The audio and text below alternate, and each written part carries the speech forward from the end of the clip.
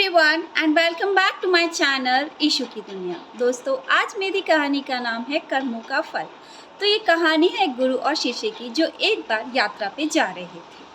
वह पहाड़ के रास्ते से ऊपर चढ़ रहे थे। तभी गुरु ने शिष्य से कहा कि तुम मुझे कपड़े का टुकड़ा दे दो। शिष्य, जो कि गुरु का बहुत आज्ञाकारी था, उसने अपने कुर्ते से थोड़ा सा कपड़ा फाड़ा और गुरुजी को दे दिया। गुरुजी ने उसे झोले में डाला और वह चढ़ने लगे। वे पहाड़ के रास्ते पे जा रहे थे। तभी वहाँ से एक बहुत बड़ा सा पत्थर लुढ़कता हुआ नीचे आया और गुरुजी के पैर से टकरा गया। वह गुरुजी के पैर में बहुत ज़्यादा चोट लग गई थी और बहुत घाव हो गया था, पूरा खून बह रहा था। तभी शिष्य ने कहा कि आप चिंता मत कीजिए, मैं पास के गांव से जाकर आपके लिए औषधि ले आता हूँ। वह जल्दी से गया और औषधि लेके आया और उसने गुरुजी के पैर में पट्टी लगा दी। अब जैसे ही गुरुजी और वे शिष्य घर पहुँचे तो गुरु माता ने देखा कि गुरुजी के पैर में तो जो घाव था वह बहुत ज़्यादा बढ़ गया, उसमें से बहुत सारा खून बह रहा था। वो एकदम से गई और देखा कि गलत पैर में पट्टी बंधी हुई है।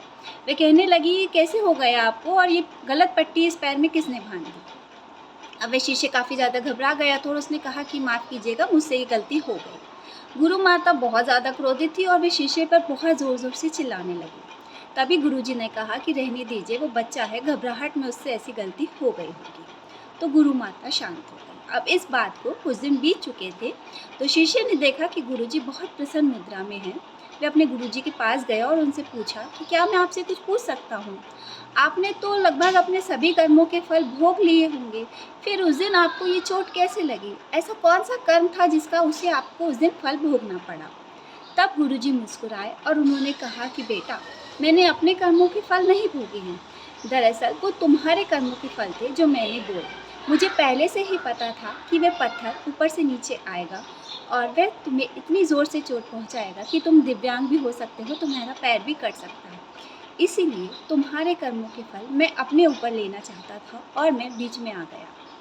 और जब तुमने मुझे पट्टी बांधी गलत पैर में, तब भी मैं चुप रहा ताकि उस घाव में से खून बहता रहे और जो भी तुम्हारे कर्मों के फल हैं वो उस खून के साथ निकल जाएं और तुम पर वापस ना आए। गुरुजी की बात सुनकर शिष्य जोर जोर से रोने लगा और उसने कहा कि गुरुजी, मैं ध्यान रखूँगा कि मैं आगे से कोई गलत कर्म ना करूँ। दोस्तों, हमें कर्म जो करते हैं हम उन पे बहुत ध्यान देना चाहिए कि हमेशा अच्छे कर्म करें, क्योंकि जो भी हम बुरे कर्म करते हैं ज़रूरी नहीं है कि उन कर्मों का फल हमें ही भोगना पड़े। कई बार हमारे अपने भी उनके शिकार हो सकते हैं। अगर आपको मेरी ये छोटी सी कहानी अच्छी लगी हो तो प्लीज़ मेरे चैनल को लाइक कीजिए, शेयर कीजिए और सब्सक्राइब कीजिए। Thank you.